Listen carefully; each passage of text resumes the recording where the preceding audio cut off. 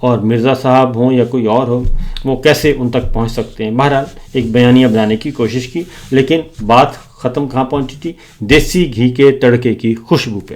تو بہرحال وہ تو ہو گیا. اب عمران خان صاحب مان نہیں رہے. اب مذاکرات جو ہیں وہ ان کو کہا جاتا ہے، مذاکرات کا لالی پاپ دیا جاتا ہے. وہ کہتے ہیں مذاکرات میں نے کیا کرنے ہیں، مذاکرات ہونے ہیں تو field marshal general Asim Munir صاحب سے ہوں گے، کیونکہ انہی کی وجہ سے میں قید ہوں، انہی کی وجہ سے ہمارا الیکشن چوری ہوا، انہی کی وجہ سے یہ ساری فسطائیت مسلط ہے. اور 26 نومبر بھی ہوا، پھر مرید کے بھی ہوا، پھر کشمیریوں کے ساتھ بھی ہوا. تو جو کچھ ہو رہا ہے وہ انہی کی وجہ سے ہو رہا ہے. میں جیل میں ہوں، میری اہلیہ جیل میں ہے، میرے رہنما میرے کارکنان جیل میں ہیں، انہی کی وجہ سے، لہذا بات ہوگی تو انہی سے ہوگی. تو اب یہ بڑا مسئلہ ہے. اور اب کیا جا رہا ہے؟ اب پہلے تو نون لیگ کو، پہلے اسپیکر ایاز صادق کو استعمال کیا گیا اور ان کے غبارے سے ہوا نکلی تو وہ جب ہو گئے وہ بے نقاب ہو گئے، بلکہ ایکسپوز ہو گئے. جب وہ بھی پتہ چلا کہ وہ ان کے پلے بھی کچھ نہیں ہے، پھر ایک کمیٹی بنائی گئی. کمیٹی کا بھی پتہ چلا کہ کمیٹی اتنی بھی نہیں ہمت رکھتی کہ وہ اڈیالہ جیل کے دروازے کھلوا دے. وہ کمیٹی بھی ٹھس ہو گئی کیونکہ عمران خان صاحب کی بات سچی ثابت ہوئی. اب ایک مذاکراتی کمیٹی بنائی گئی ہے. اچھا، عمران خان صاحب نے مذاکراتی کمیٹی بنا دی ہے اور اختیار دے دیا ہے leader of opposition Mahmood Khan Achhravi sahib کو اور leader of opposition senate Raja Nasir Abbas sahib کو. اب ان کے ساتھ کوئی بات نہیں کرتا، بالکل بھی ان کے ساتھ ان کو انگیج نہیں کرتے. ہاں، دور دور سے کہتے رہتے ہیں، کبھی فلور آف دا ہاؤس، کبھی قوم سے خطاب، کبھی کابینہ کے دوران کہہ دیا کہ ہم تو بالکل تیار ہیں، اردلی سرکار کہتے ہیں. لیکن حقیقت ہے کہ وہ بالکل ان کے پاس اختیار ہی نہیں ہے. اور بے شک وہ کہتے رہیں، ان کے پاس کوئی اختیار نہیں ہے. پھر یہ ہے کہ نواز شریف صاحب کہتے ہیں کہ عمران خان صاحب کو فارغ کریں، مستقل بنیادوں پہ ان کو سیاسی راستے سے ہٹا دیا جائے. اور 26 نومبر کی ان کی پریس کانفرنس موجود ہے. تو یہ کیسے ممکن ہے کہ ادھر سے نواز شریف صاحب کہتے ہیں کہ جناب بالکل کچھ نہیں کرنا، کوئی مذاکرات نہیں کرنے اور چیزوں کو آگے بڑھائیں، اور صرف عمران خان نہیں قومی مجرم بلکہ سارے قومی مجرم ہیں. یہ سارے کے ساری باتیں کی جاتی ہیں. اب اس دوران ایک قومی ڈائلاگ کمیٹی بنائی گئی تھی اور قومی ڈائلاگ کمیٹی میں پاکستان تحریک انصاف جو چھوڑ کے جا چکے ہیں وہ لوگ شامل ہیں، وہ رہنما شامل ہیں. اور اس قومی ڈائلاگ کمیٹی کو پھر مزید اس میں توسیع کر دی گئی. ابتدائی طور پہ گورنر سندھ عمران اسماعیل صاحب تھے، عمران خان صاحب کو چھوڑ گئے. فواد چیز صاحب سیاست سے کنارہ کش ہو گئے. اس کے بعد محمود مولوی وہ بھی چھوڑ گئے. تو یہ 3 رہنما جو چھوڑے ہوئے ہیں جنہوں نے، ان کو قومی ڈائلاگ کمیٹی کا دے دیا گیا جی ٹاسک. اور اب اس میں ڈاکٹر شہزاد وسیم بھی شامل ہو گئے ہیں اور یہ بھی پاکستان تحریک انصاف چھوڑ چکے ہیں. اور ان سب رہنماؤں کو عمران خان نے اپنی پارٹی میں بہت زیادہ قدر و منزلت سے نوازا. ایک کو گورنر بنایا اور فواد چوہدری صاحب بہت ہی اہم پوسٹوں پہ رہے. اور اس کے بعد ڈاکٹر شہزاد وسیم جو ہیں وہ لیڈر آف اپوزیشن رہے، پارلیمانی لیڈر رہے، سینیٹر رہے. تو یہ سب کچھ ہوا.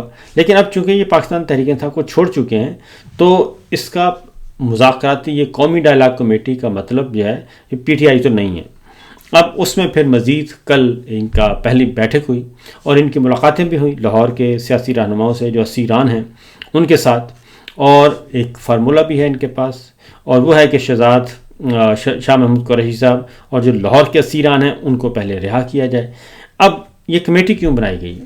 یہ کمیٹی اس لیے بنائی گئی ہے کہ ایک ضد ہے، اناد ہے اور وہ ملٹری لیڈرشپ کی ہے کہ ہم نے پی ٹی آئی سے مذاکرات نہیں کرنے اور پی ٹی آئی کو کریڈٹ بھی نہیں دینا کہ ہم نے ان کے پریشر میں آ کے یہ سٹیپ لے رہے ہیں اور ایز کر رہے ہیں.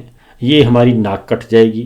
وہ ملٹری لیڈرشپ کہتی ہے کہ ہماری ناک کٹ جائے گی کیونکہ جنہوں نے یہ سارا ماڈل تیار کیا تھا عمران خان کو توڑنے کا، پی ٹی آئی کو توڑنے کا، وہ خود ٹوٹ گئے ہیں اور وہ خود ہار گئے ہیں.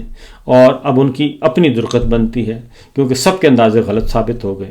اور تھرو آؤٹ جتنے بھی آئے تھے، جنرل ندیم انجم، جنرل باجوہ سے لے کے باقی ان کی پوری ٹیم جو ہے وہ فلاپ ہو چکی ہے.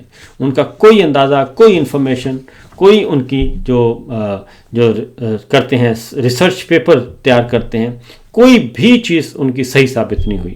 لہٰذا وہ پریشان حال ہے. اب انہوں نے ایک قومی ڈائلاگ کمیٹی کر کے یہ ان رہنماؤں کو آگے کر دیا جو کہ عمران خان صاحب کو چھوڑ چکے ہیں۔ کل میٹنگ ہوئی ہے ایک، اور یہ قومی ڈائلاگ کمیٹی کو بجائے اس کی ہے کنٹرولڈ ڈائلاگ کمیٹی ہے، کیونکہ ہر چیز وہ کہتے ہیں کہ ہمارے ذریعے سے ہو اور ہمارے ہی بندے کریں، تو اس طریقے سے یہ کرنا چاہ رہے ہیں۔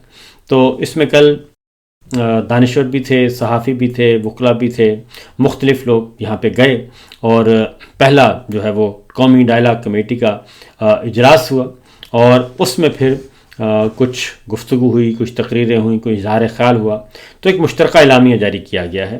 پہلے تو ذرا وہ مشترکہ اعلامیہ میں آپ کو بتا دیتا ہوں کہ سیاسی تناؤ میں کمی لانے کی اہمیت پر اتفاق کیا گیا، بالکل ٹھیک ہے، اور نتیجہ خیز مذاکرات کے آغاز کی تجویز سے اتفاق کیا گیا، بالکل ٹھیک ہے، اور اس کے بعد سیاسی سرگرمیوں پر پابندی ختم کی جائے، یہ انہوں نے کہا کہ یہ ضروری ہے جی، سی بی ایمز کیے جائیں، اعتماد سازی، سیاسی سرگرمیوں پر پابندیاں ختم کی جائیں پی ٹی آئی سے، آئین اور قانون کے دائرے میں سیاسی سرگرمیوں کی مکمل آزادی دی جائے، بالکل اچھی بات ہے، سینٹ اور قومی اسمبلی میں اپوزیشن لیڈرز تعینات کیے جائیں، درست، حکومت اور اپوزیشن افواج پاکستان کو اپنی سیاست کے لیے استعمال کریں، نہ منفی پروپیگنڈا کریں، بالکل یہ بات، اب یہ اگلا ہے سی بی ایم، کیونکہ حکومت تو ماضی میں کرتی رہی ہے، اور حکومت اب بھی کر رہی ہے، اور اب بھی کر رہی ہے، سب سے زیادہ نون لیگ اس وقت فوج کو استعمال کر رہی ہے، اور ملٹری لیڈرشپ کو استعمال کر رہی ہے، اور ملٹری لیڈرشپ استعمال ہو رہی ہے نون لیگ کے احکامات کے مطابق،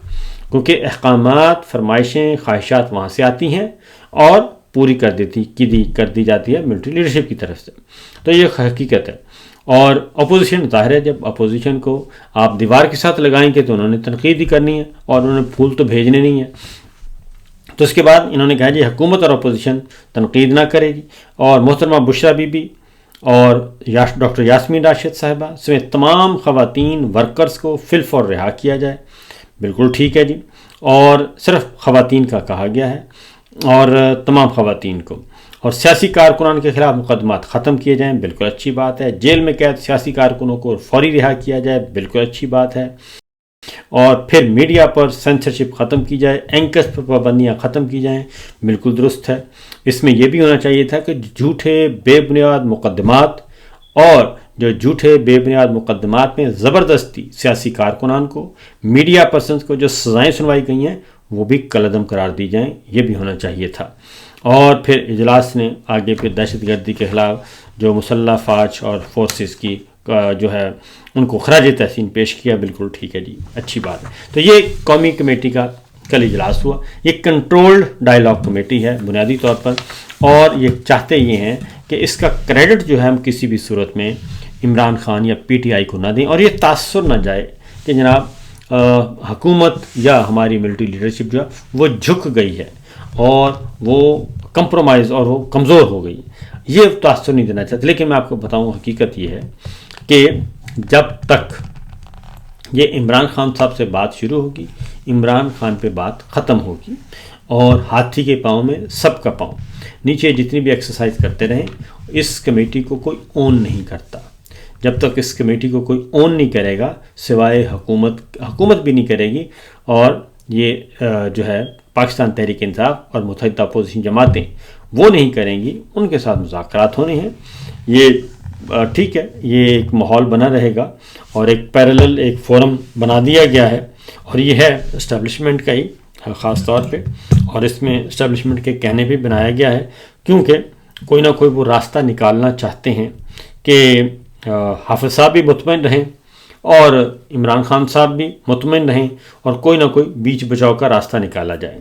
تو یہ بیسیکلی یہ چیز ہے۔ تو اگر اس کا مقصد عمران خان صاحب کو مائنس کرنا ہے تو پھر تو سوال ہی پیدا نہیں ہوتا، اور مائنس تو کوئی بھی نہیں ہو سکتا، مائنس تو ایمل ولی خان بھی نہیں ہو سکتے، مائنس تو آپ کے مصطفیٰ کمال بھی نہیں ہو سکتے، کیونکہ ہر بندے کی کسی نہ کسی کی جگہ پہ ضرورت ہے، تو وہ تو ہو نہیں سکتا۔ مائنس کا تو پلس ہو سکتا ہے، جتنے بھی پلس کیے جائیں گے اتنا زیادہ فائدہ ہے۔ تو بہرحال یہ دیکھتے ہیں کہ اس کا کیا اثرات مرتب ہوتے ہیں۔ اس کی وجہ یہ ہے کہ یہ جو نیشنل ڈائلاگ کمیٹی ہے، یہ اسٹیبلشمنٹ نے بنائی ہے اور اسٹیبلشمنٹ ہی اس کو لے کے آگے بڑھے گی اور اس میں اپنے بندوں کو بھی اکوموڈیٹ کرے گی اور اپنے پسند کے مطابق اس سلسلے کو آگے بڑھائے گی. لیکن اس کا فائدہ تب ہوگا اگر پاکستان تحریک انصاف اور عمران خان جو ہے وہ جب تک وہ آن بورڈ نہیں ہوتے انہی کو معاملہ سیٹ کرنا پڑے گا, انہی کے ساتھ چیزیں طے کرنی پڑیں گی. اگر وہ نہیں ہوتا تو پھر کچھ بھی نہیں ہے. ایک قومی ڈائلاگ کمیٹی نہیں بلکہ 100 بھی قومی ڈائلاگ کمیٹیاں بنا دی جائیں تو وہ بالکل اس کو کوئی نہیں مانے گا. اس کی وجہ یہ ہے کہ عوام اور عمران خان کے درمیان اب کوئی اور چیز حائل نہیں ہے, نہ اسٹیبلشمنٹ, نہ میڈیا, نہ ہی کوئی اور. عوام اب براہ راست عمران خان کے ساتھ جڑ چکے ہیں اور جو بھی درمیان میں آئے گا اور دھوکہ دینے کی کوشش کرے گا اور اس کو نہ عوام قبول کریں گے نہ عمران خان قبول کریں گے. اب عمران خان کو درمیان میں کسی کی ضرورت نہیں ہے اور وہ ان کا ووٹ بینک ہے اور اس ووٹ بینک کو اسی کے وہ مالک ہیں اور وہ تھوڑا بہت نہیں ہے. کروڑوں پاکستانی عوام دنیا بھر میں پاکستان سمیت ان کے ساتھ جڑ چکے ہیں. تو اس کے لیے بہتر یہی ہے کہ عمران خان کے ساتھ ہی بات کی جائے. اگر واقعتاً ہمارے فوجی ادارے, ہمارے عسکری ادارے یہ چاہتے ہیں کہ عوام میں اور ان کے درمیان خلیج کم ہو تو ذاتیات سے اٹھ کر سوچنا ہوگا.